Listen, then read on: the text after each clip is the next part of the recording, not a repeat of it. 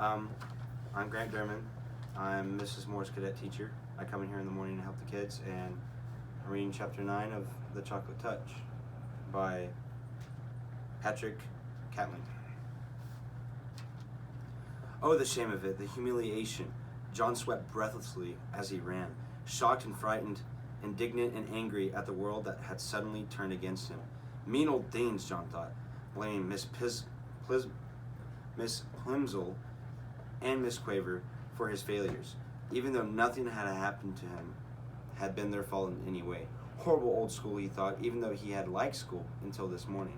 Hateful Susan, he thought, even though he knew at the same time that he was really longing for her to be friendly with him again. Through the window, Miss Midas saw John coming up the pathway.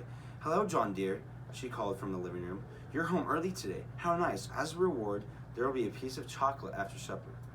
"I hate it," John shouted. He was crying too hard to say anything else for a moment. When she heard the sound of his voice, Miss Midas rushed into the hall. Why? What's the matter, dear?" she asked. Putting her arm around him, John twisted away from her grasp, ran past her, and started up the stairs toward his bedroom. "Susan doesn't want me at her birthday party," he said as he went. "I know she doesn't. Well, I don't want to go to her rotten old party anyway."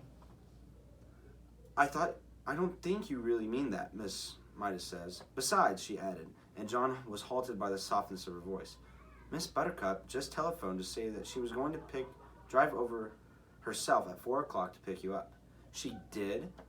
John said, blinking down at his mother from the top of the stairway. "Yes, she did," Miss Midas assured him. "So you'd better hurry and get yourself washed and brushed. Your party clothes are laid out on the bed." There were games on the Buttercup's lawn while it was still warm enough outside. Later, the party supper, including the birthday cake, was going to be served indoors, and there would be a magician and a short movie.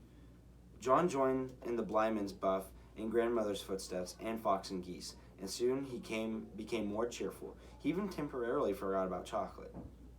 Susan looked very pretty. Her yellow curls had been brushed so hard that they looked silkier than ever. She was wearing a big blue ribbon, the same color as her eyes.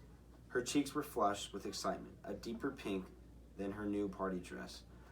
On her feet were dainty little white socks and white shoes with straps that buttoned. Between games, Susan smiled at John and said, "I'm glad you came. They seem to be on good terms again." Then Mr. Buttercup approached, bringing a bucket of water from the garage.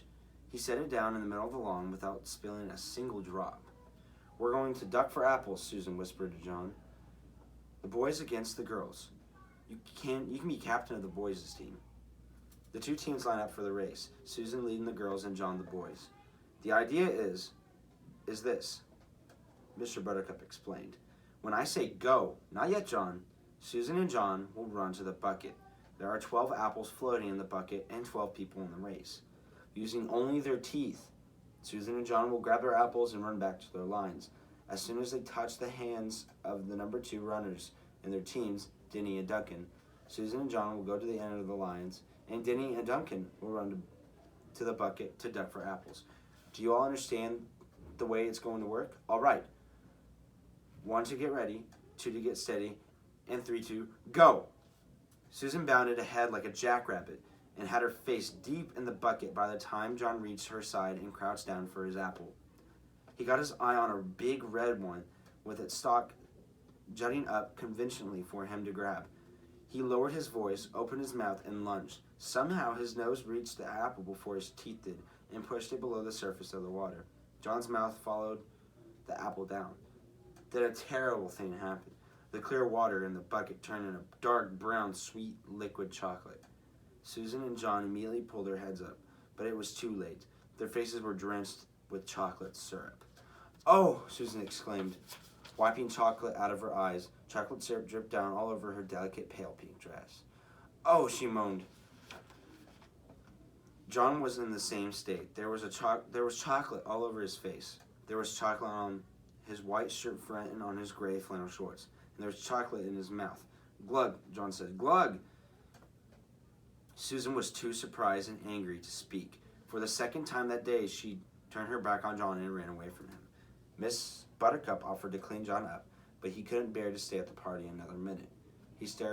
He started off at once for home. There we go.